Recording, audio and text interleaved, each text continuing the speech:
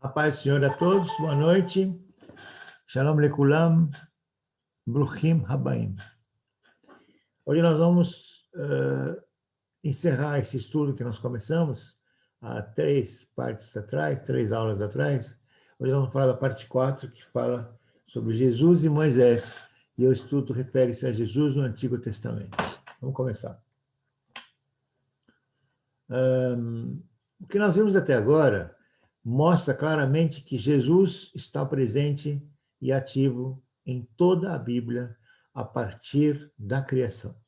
A partir da primeira palavra, a primeira ideia, Bereshit, né?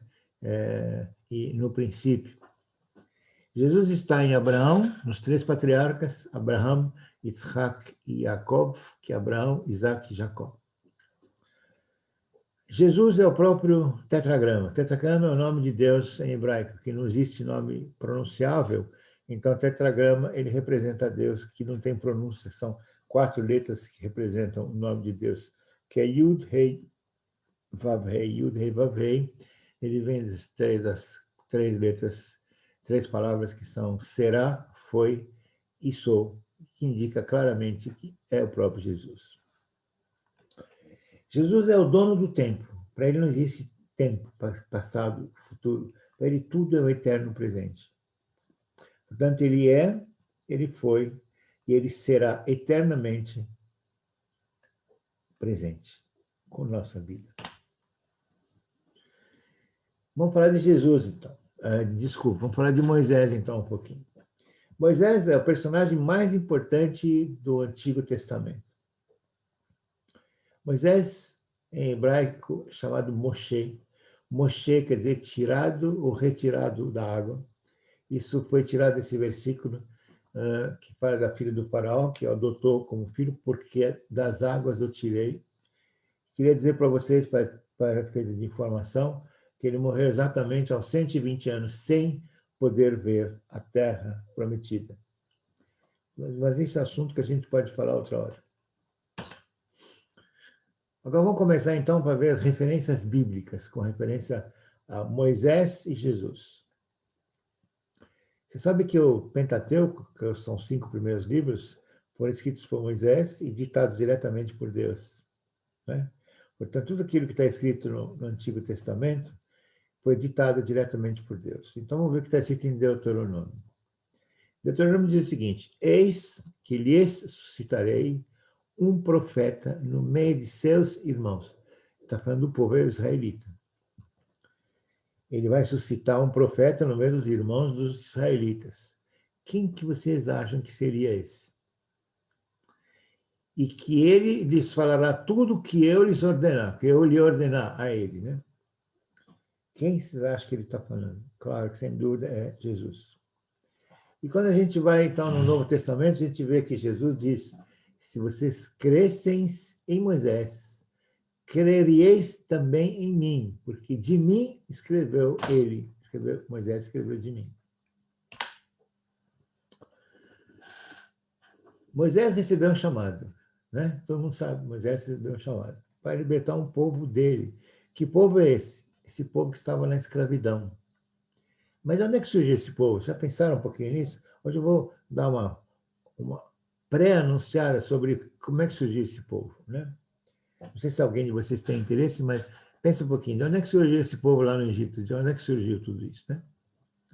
Esse povo ele é descendente dos 3 patriarcas, claro, de Abraão, Isaac e Jacó. Eles que foram levados ao Egito através do filho de Jacó, aquele que nasceu quando ele estava velho, que teve mais 2 filhos, que é José e Benjamim, né? Benjamim. E chega lá, eles vão lá para o Egito, e eles se acomodam, né? Eles passam a viver ali como escravos depois de uns anos, né? E quando Moisés chega nesse ponto, o povo já estava mais ou menos contado em 600 mil homens. 600 mil homens, mais mulheres e crianças, é previsto mais ou menos um total de 3 milhões de pessoas. Aqui está um resumo que nós já passamos na última aula, no último estudo, que mostra o seguinte: os patriarcas são Abraão, Isaac e Jacó. Abraão teve 2 filhos, Ismael e Isaac, né? Todo mundo conhece a história de Isaac, né, que foi chamado para ser sacrificado, mas hoje não é o assunto. O Ismael dá origem aos povos árabes e o Isaac dá, então, origem aos povos, ele que dá origem aos povos hebreus.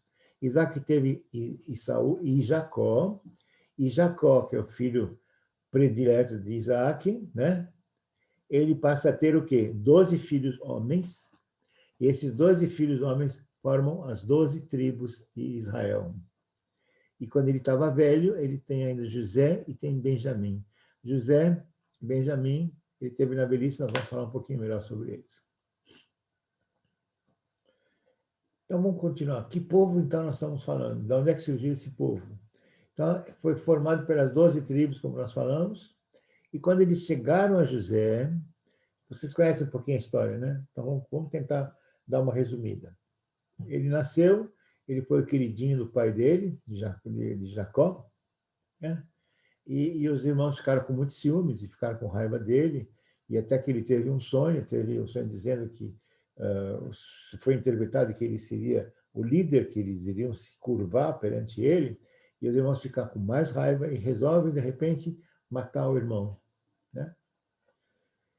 E saem com ele para poder matá-lo, querem jogar ele no poço, enfim. Resumindo, passam os mercadores, eles resolvem vendê-lo para os mercadores, venderam para os mercadores, ele foi parar no Egito como escravo, foi na casa de Potifar, depois do Potifar ele foi comandando a casa dele, até que a esposa se engraçou com ele, achou ele bonitinho, porque ele era novo, jovem, esbelto, e tentou seduzi-lo, e ele resistiu e não cedeu, e quando ele foi acusado pela esposa de Potifar, ele não disse nada, acabaram levando ele para a cadeia, lá na cadeia ele foi sendo o primeiro na cadeia, foi comandando a cadeia, até que ele interpretou os sonhos de um deles. Enfim, vocês conhecem mais a história. Ele falou que quando se for para o Egito, ele era copeiro do Egito, de Faraó. Quando ele foi solto, ele falou: quando chegar no Faraó, não esqueça de mim, lembra de mim, fala para Faraó de mim. Chegou lá, passaram uns anos, o Faraó teve um sonho: 7 vacas magras, 7 vacas gordas, não sabiam como interpretar, chamou os intérpretes, nenhum deles conseguiu interpretar, até que esse copeiro ouviu, falou: olha, senhor Faraó, eu tenho um conhecido lá na cadeia, ele é muito bom nisso, por que você não chama ele? Chamou. E José interpretou, e o Faraó aceitou essa interpretação como verídica, que são 7 anos de fartura e 7 anos de escassez. E então ele contratou, o José passou a ser o primeiro homem do Egito, depois do Faraó, passou a ser o governador do Egito. Para comandar exatamente esses 7 anos de vacas gordas, para conseguir viver nos 7 anos de vacas magras. Com isso, eles passaram, chegou os 7 anos de vacas magras, o Egito estava muito bem, porque ele tinha reservas, ele estava tudo guardado, e o mundo inteiro precisou do Egito. E para falar do mundo inteiro, vamos falar pelo menos dos irmãos, né? Vamos falar dos irmãos dele, do próprio José. Vamos falar de Jacó e dos irmãos. Eles estavam começando a passar fome, quando o Jacó falou para ele: vai lá, pega comida lá no Egito. E eles foram para o Egito, né? Vocês conhecem a história, chegaram no Egito, eles não sabiam quem era ele, porque ninguém sabia que o irmão dele tinha chegado nesse ponto, né? Como vocês sabem, existe uma correlação entre José e Jesus exatamente nesta passagem, que é exatamente a prefiguração da grande misericórdia, tanto de José comparado com Jesus. Claro, nada comparado igual, mas para lembrar Jesus. Jesus prefigura a imagem de Jesus, José prefigura a imagem de Jesus pela sua grande misericórdia. Como vocês sabem, José teve todos os motivos para poder matar os irmãos, fazer deles o que ele quisesse. Ele tinha poder para isso, ele tinha todos os poderes para isso. Ele era o primeiro homem depois do faraó. Mas ele os perdoou, né? Então, que tal se a gente fizer uma reflexão agora? Todos, até eu, todos nós juntos. Tem alguém que ainda você não tenha perdoado? Aproveita o momento. Vamos aprender com José. Quem sabe seja o momento, quem sabe esse é o momento para a gente refletir um pouquinho mais e ver que não vale a pena a gente guardar isso dentro de nós. O perdão é uma coisa boa. Agora vamos falar de semelhanças entre Moisés e Jesus. Moisés sofreu atentado ao nascer, Jesus também. Aqui estão os versículos, vocês podem ler, vocês vão entender melhor. Se vocês não conhecerem, provavelmente vocês conhecem. Moisés tem um coração manso e humilde, Jesus também. Estão aí os versículos, por favor, vocês leiam, vocês vão entender melhor. Jesus jejuou 40 dias e 40 noites, e Moisés também, 40 dias e 40 noites. Né? Está escrito, Moisés, quando ele subiu pegar as tábuas da lei, né? E em Mateus está dizendo quando Jesus subiu e ficou sem comer 40 dias e 40 noites também, depois disso ele teve fome. Moisés e Jesus fizeram milagres, realizaram milagres. E nem precisa dizer que a Bíblia está cheia de casos de milagres. Aqui eu citei alguns versículos, vocês podem, por favor, ler com calma, vocês vão ver os milagres que eu estou citando aqui. Moisés recebeu a tarefa de julgar. Ele tinha a tarefa para julgar as pessoas. Jesus também. Onde está isso? Está em Êxodo, que fala no dia seguinte, assentou-se Moisés para julgar o povo. Então, Moisés sentava para julgar o povo, que o povo ficava de pé, desde a manhã até o pôr do sol. Portanto, ele ficava o dia inteiro julgando as pessoas. E Jesus? Veja que está escrito em João, e o Pai a ninguém julga. Quer dizer, o Pai ninguém julga, mas ao Filho ele confiou todo o julgamento. É Jesus que julga. Aliás, é bom que se diga, Jesus vai voltar logo, logo. Ele vem para julgar a gente. Cuidado com isso. Esteja pronto. Vamos ver mais essa parte aí. Preste atenção, que aí começa a ficar mais profunda a comparação. Moisés, ele era libertador, ele veio para ser libertador, né? Ele veio para libertar o povo, todo mundo sabe disso, né? Ele veio para libertar o povo. Que povo? Os israelitas, não é isso? Jesus veio também como libertador, não veio como libertador? Mas Jesus veio para libertar que povo? Jesus veio para libertar a humanidade inteira. Os dois vieram a libertar, mas olha Jesus, ele veio para libertar a humanidade inteira. O que Moisés faz para libertar o povo, os primogênitos, no caso, né? Ele usa o sangue do cordeiro para livrar o povo dessa morte dos primogênitos. Não é isso? Para onde Moisés teria que levar o povo? Ele ia libertar o povo para levar para onde? Para a terra prometida, que a terra prometida era Canaã. Não é isso? E Jesus, ele veio para libertar o povo do quê? Do quê? Da escravidão também. Mas que escravidão? Da escravidão do pecado.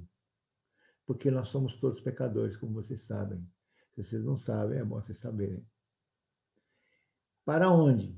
Para a eterna Jerusalém celestial. Para a vida eterna. Olha a grande diferença entre outros, por mais que os dois sejam libertadores. E o que Jesus usa para isso? Ele usa o seu próprio sangue. Mas era tão necessário? Vocês lembram qual que era o salário do pecado? Pois é, o salário do pecado é a morte. Nós vamos ver isso melhor. Para a gente falar disso um pouquinho, vamos começar com a fé. Por que vocês acham que Deus disse a Moisés: endurecerei o coração do faraó?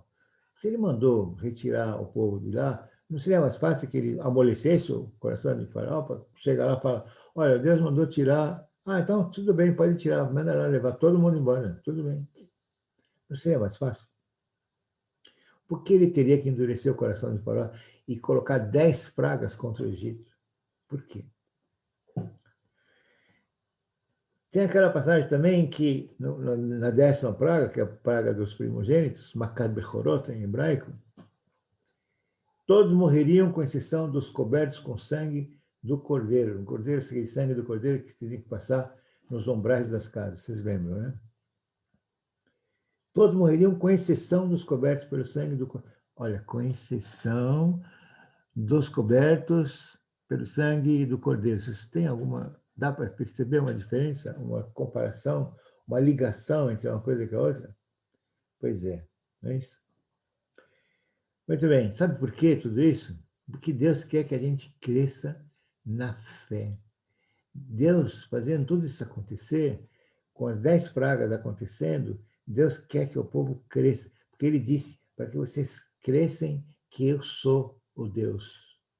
Deus quer que a gente acredite que ele é o Deus.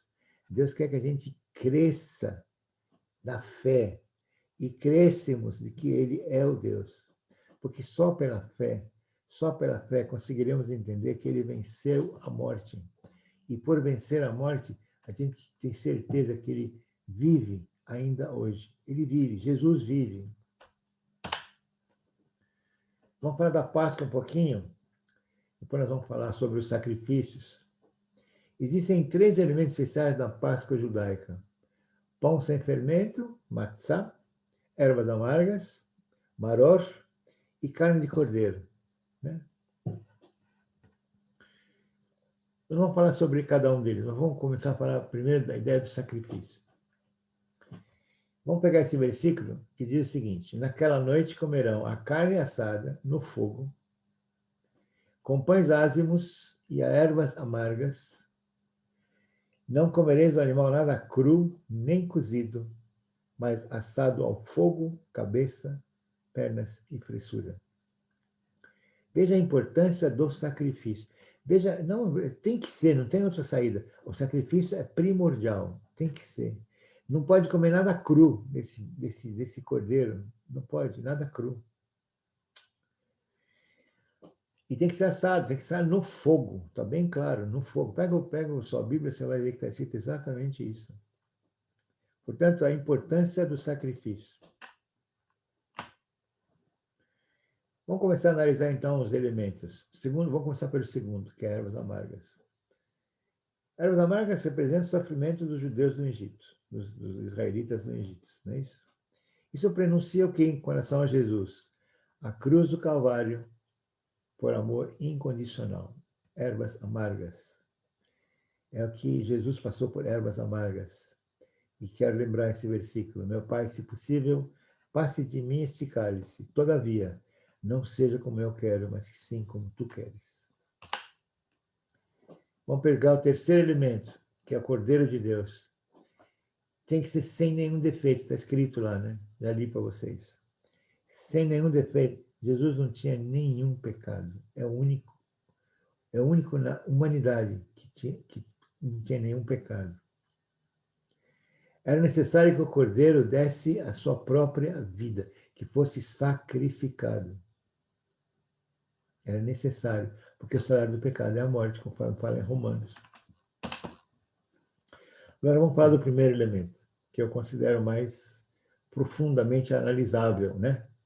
O primeiro elemento é fermento. Quando a gente fala de fermentos, fala, puxa, o pessoal do Egito, os judeus falam, a gente come matzá, que é pão sem fermento, porque não deu tempo de fermentar o pão ao sair do Egito. Mas pensa um pouquinho.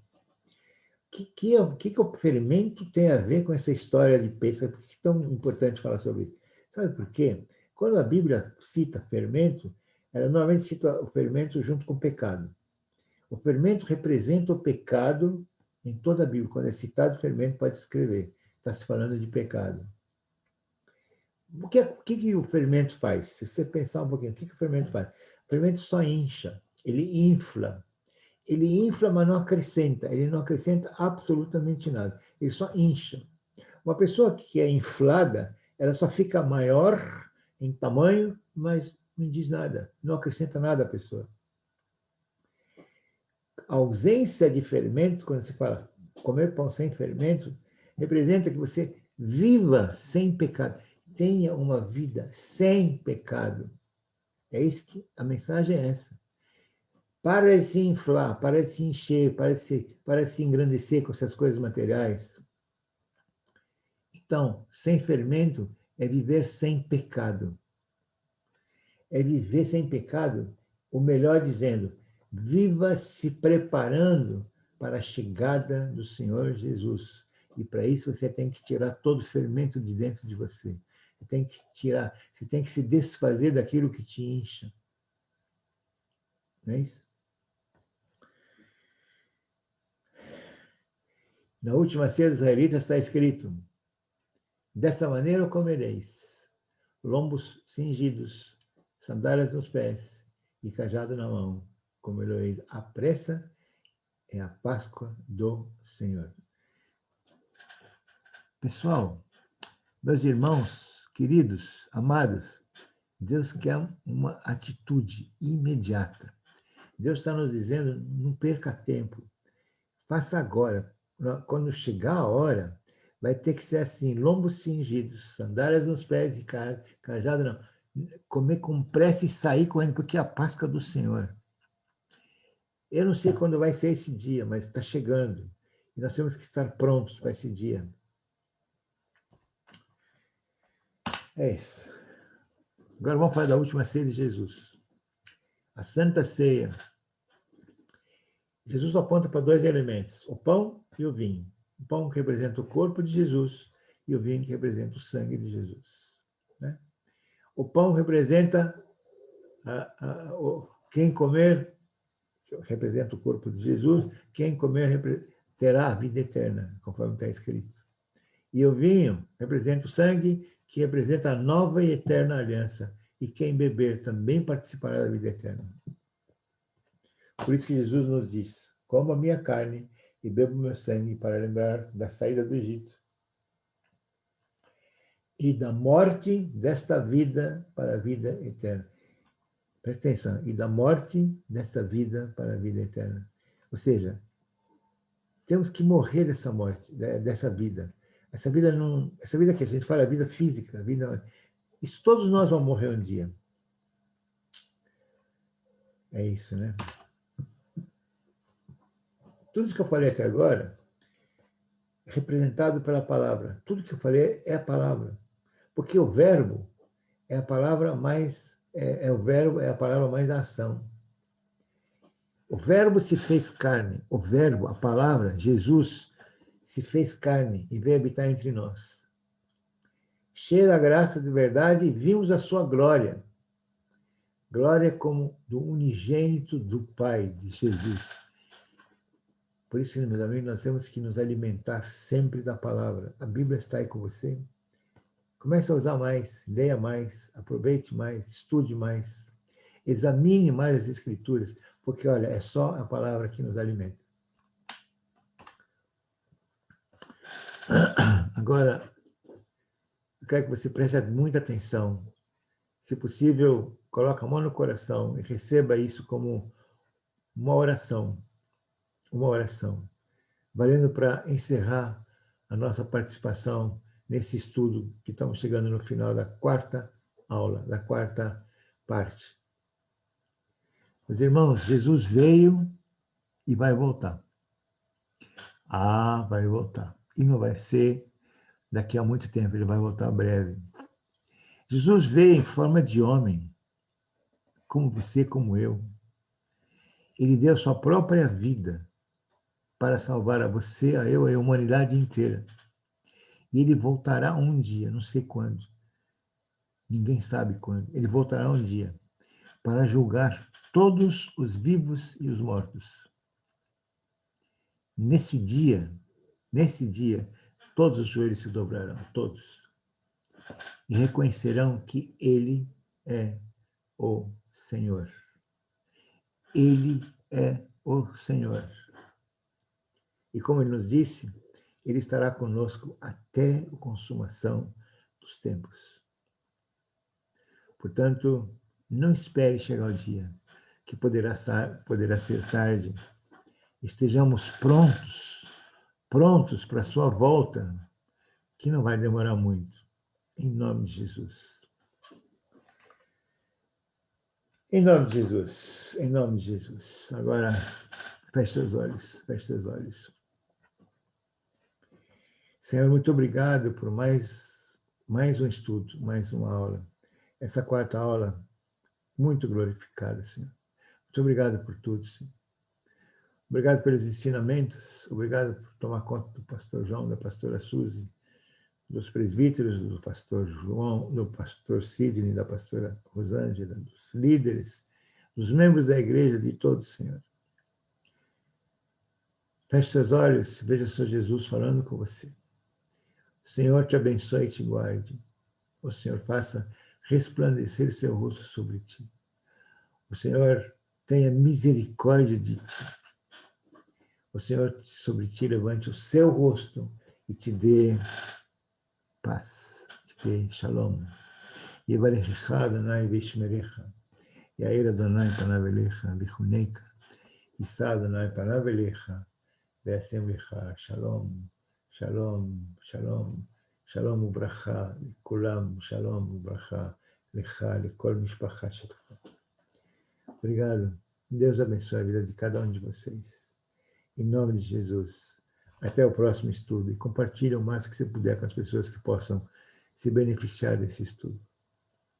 Um beijo para todos, no coração de cada um de vocês. Shalom, Leitrot.